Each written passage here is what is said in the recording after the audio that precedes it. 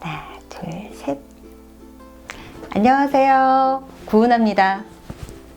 오늘은 경제 경영 분야의 베스트셀러를 한 권 읽어드리려고 준비를 했습니다. 바로 이 책이에요. 90년생이 온다.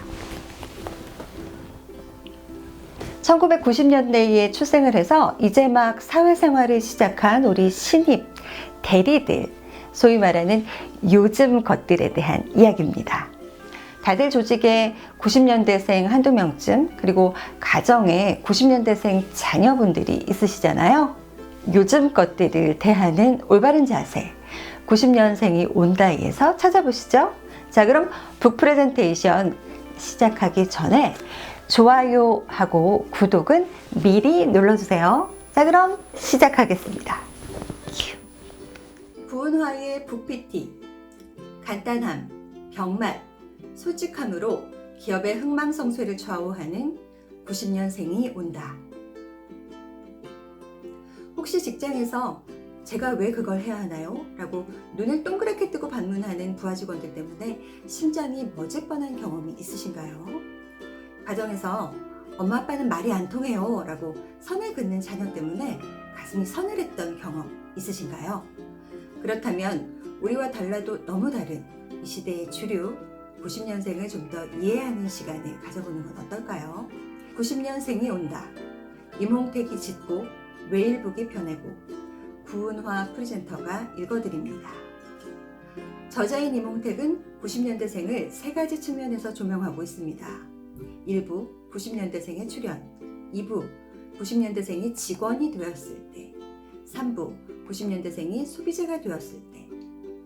90년대생은 이제 조직에서는 신입사원, 시장에서는 트렌드를 이끄는 주요 소비자가 되어 우리 곁에 있는데요.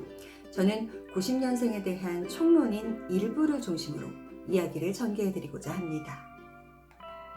1부 90년대생의 출현. 저자는 들어가는 말에서 2005년 스탠퍼드 대학교 졸업식에서 고 스티브 잡스의 연설을 인용합니다. 지금 이 순간 여러분이 바로 새로운 세대입니다. 하지만 머지않아 여러분도 점차 기성세대가 될 것이고 이 세상에서 사라지게 될 것입니다.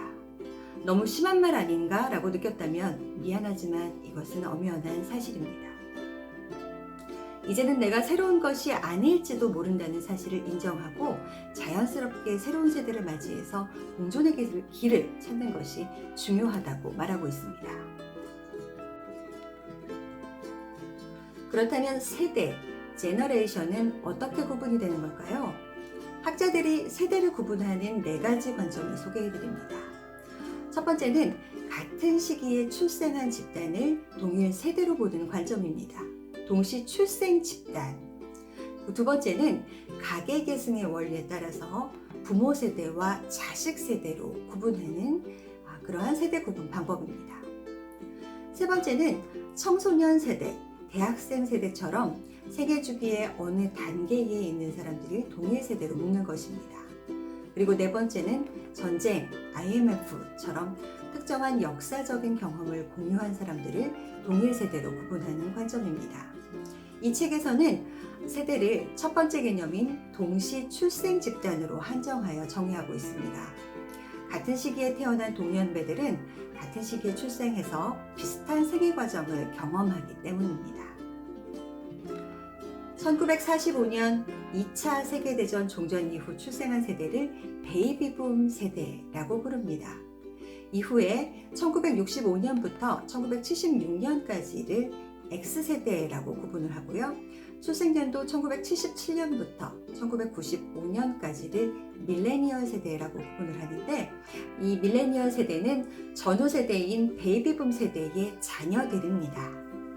이 밀레니얼 세대 안에는 1980년대생과 1990년대생이 공존하기 때문에 출생 연도가 10년 정도 차이가 나고요.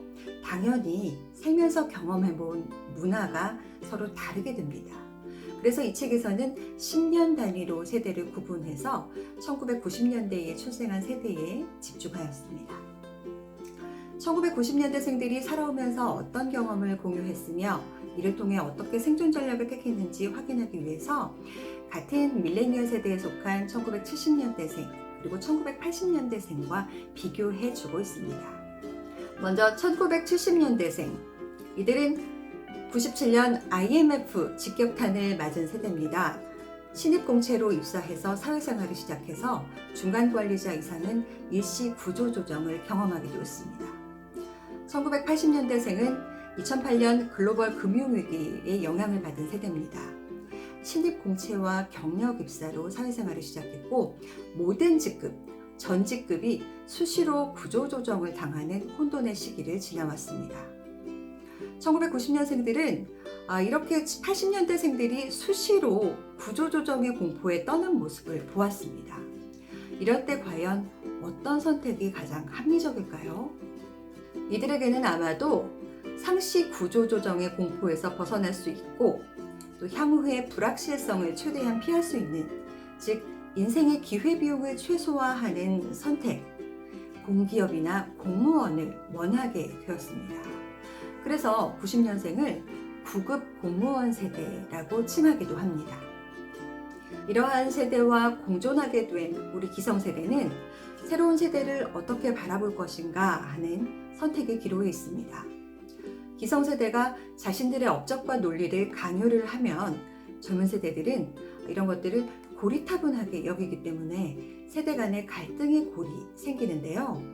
기성세대가 젊은 세대의 창조적인 가치를 적극적으로 받아들이는 포용력 있고 열린 자세가 필요한 이유입니다. 간단함, 병맛, 솔직함, 이 세 개의 키워드로 저자가 정의한 90년대생의 특징을 하나씩 살펴보겠습니다. 90년대생의 첫 번째 특징, 간단하거나. 별말을 다 줄여서 한다고 해서 별다줄로 대변되는 간단함을 추구하는 세대입니다. 2017년에 서울의 한 대학교에서 교수진을 대상으로 신조어 테스트를 진행했다고 하는데요. 요즘 대학생들이 자주 사용하는 10개의 신조어 중에 몇 개나 알고 계신지요? 이렇듯 90년대생들이 자기들끼리만 통하는 줄임말을 사용하다 보니까 세대 간의 언어 단절 또는 갈등의 씨앗이 되고 있다는 지적도 있습니다. 90년대생의 두 번째 특징, 재미있거나. 재미를 추구하는 90년대생들의 문화 코드는 병맛입니다. 병맛 또는 병맛스럽다 라는 신조어는 맥락 없고 형편없으며 어이가 없다 라는 표현입니다. 병맛스러운 이 B급 감성의 대표 사례로 가수 박준영이 출연하는 방송 프로그램 What's Up Man을 들고 있는데요. What's Up Man은 전통 미디어에서 찾아볼 수 없었던 B컷 영상을 과감히 사용했고요. 또 방송 뒷이야기를 노출해서 색다른 재미를 주었습니다. 현재는 유튜브로 활동 무대를 넓혀서 사랑을 아주 많이 받고 있습니다. 20년 전이라면 시청자들이 익숙하지 않아서 대부분 편집되었던 장면이 이제는 병맛스럽다는 이유 하나로 사랑받고 있는 겁니다. 90년대생의 세 번째 특징, 정직하거나. 여기서 말하는 정직함은 honesty가 아닙니다. integrity, 즉 신뢰, 진실성입니다. 90년대생은 정치, 사회, 경제 등 모든 분야에서 이러한 진실성이 바탕이 된 신뢰를 요구합니다. 당연히 혈연, 지연, 학연은 일종의 적폐입니다. 이러한 완전 무결한 정직을 요구하는 세대에게 유일하게 남아있는 공정한 채용 시스템이 바로 공무원. 그래서 공무원에 열광한다고 저자는 풀이하고 있습니다. 또한 본인들을 고용한 기업이라든가 소비재를 파는 기업들에게서 솔직함이 보이지 않는다면 가차없이 외면해버리는 특징을 갖고 있습니다. 입으로 넘어가서 이러한 90년대생이 직원이 되었을 때 우리 조직에는 어떤 일들이 펼쳐지는지 살펴보겠습니다. 2부 첫 페이지에는 재미있는 에피소드가 나옵니다. 국내 한 스타트업 기업에서 재무파트장을 맡고 있는 1980년생 김 과장은 새롭게 입사한 재무팀 1992년생 정사원의 근태가 마음에 들지 않았다. 정사원은 거의 매일같이 출근 시간 8시 30분에 딱 맞춰 출근하기 때문이다. 그래서 김 과장은 정사원에게 8시 30분은 출근을 하는 시간이 아니라 업무를 시작하는 시간이니 최소 10분은 일찍 오는 것이 예의야 라고 충고했습니다. 하지만 돌아온 대답에 김 과장은 어안이 벙벙해졌습니다. 아니, 빨리 온다고 돈을 더 주는 것도 아닌데 제가 왜 정해진 시간보다 일찍 와야 하나요? 10분 전에 오는 것이 예의면 퇴근 10분 전에 컴퓨터 끄고 게이트 앞에 대기해도 되나요? 이런 신입사원 때문에 입을 다물지 못하는 기성세대들에게 중국의 알리바바 창업가 마우이는 이렇게 말합니다. 젊은 세대를 믿어라. 그는 알리바바의 임원진의 연령대를 30, 40대의 젊은 층으로 유지를 하고 2014년에는 스스로 CEO 자리를 물러남으로써 젊은 세대들에게 자리를 양보한 파격적인 행보로 유명합니다. 이렇게 마윈처럼 무조건적으로 젊은 세대를 믿고 지지하지는 못하더라도 일과 삶의 균형을 중요하게 여기고 또 일터에서도 즐거움을 잃지 않으려고 하며 참여를 통해 인정 욕구를 충족하려 하는 이러한 90년대생들에게 우리 조직이 외면을 받아서는 안 되겠지요. 90년대생이 외면하는 조직은 꼰대 조직이라고 표현됩니다. 수십 년 동안 상명하복의 문화에 익숙해진 기성세대들의 행동이 새로운 세대와 어떻게 충돌하는지 유형으로 나누어서 설명을 하고 있는데요. 혹시라도 내가 꼰대는 아닐까 하는 분들을 위해서 책에는 꼰대 체크리스트도 수록이 되어 있습니다. 꼭 한번 본인의 꼰대 지수도 체크해 보셨으면 좋겠습니다. 간단함, 병맛, 솔직함이 무기인 90년대생이 소비자가 되었을 때 어떤 변화가 있을까요? 90년대생은 꼰대 조직 못지않게 호갱 기업에 대해서도 적대적입니다. 호갱 기업은 고객을 호구로 하는 기업이라는 뜻입니다. 호갱 기업의 조건은 4가지인데요. 첫 번째, 직원과 협력업체에 대해서 갑질을 하는 기업. 2013년 대리점 물건 밀어내기로 홍역을 치른 남양유업의 사례가 대표적입니다. 두 번째는 국내의 낮은 경쟁 상황을 이용해서 차별적인 가격 정책을 펼치는 기업입니다. 그 예로 한국에서만 유독 높은 가격을 책정한 다이슨, 그리고 한국 시장에 대한 역차별로 비판받는 현대 자동차를 들 수 있겠습니다. 그리고 기업의 수익성 향상을 위해서 제품의 품질을 고의로 악화시키고 또 복잡한 프로세스를 개선하지 않아서 소비자의 불편을 야기하는 기업이 호갱 기업에 속합니다. 소비의 주축인 그들은 간단하거나 재미있거나 정직하지 않으면 가차없이 외면하고 이 외면당한 기업은 이유도 모르고 서서히 죽음을 맞게 됩니다. 이러한 90년대생을 보다 깊게 이해하기 위해서 기업들은 이전과는 다른 방법을 시도를 하고 있는데요. 이 P&G, 프록터 앤 갬블은 고객을 관찰하기 위한 2개의 프로그램을 실시하였습니다. 첫 번째, 살아보기. 직원들이 직접 소비자의 집에서 일정 기간 함께 살면서 소비 행태를 관찰하는 겁니다.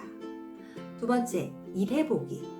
직원들이 매장 카운터 뒤에서 일하면서 소비자가 특정 제품을 사거나 사지 않는 이유를 관찰합니다. 이 살아보기와 일해보기라는 2 프로그램은 고객에게 무엇이 필요하세요? 라고 물어보는 전통적인 소비자 조사 방식이 아니라 그들이 하는 행동을 관찰하고 이로써 통찰을 찾기 위한 방법입니다. 관찰과 더불어 해당 세대를 직접 기업에 참여시키는 방법도 있습니다. 스타벅스는 마이 스타벅스 리뷰라는 모바일 설문조사 프로그램을 운영을 하고 있는데요.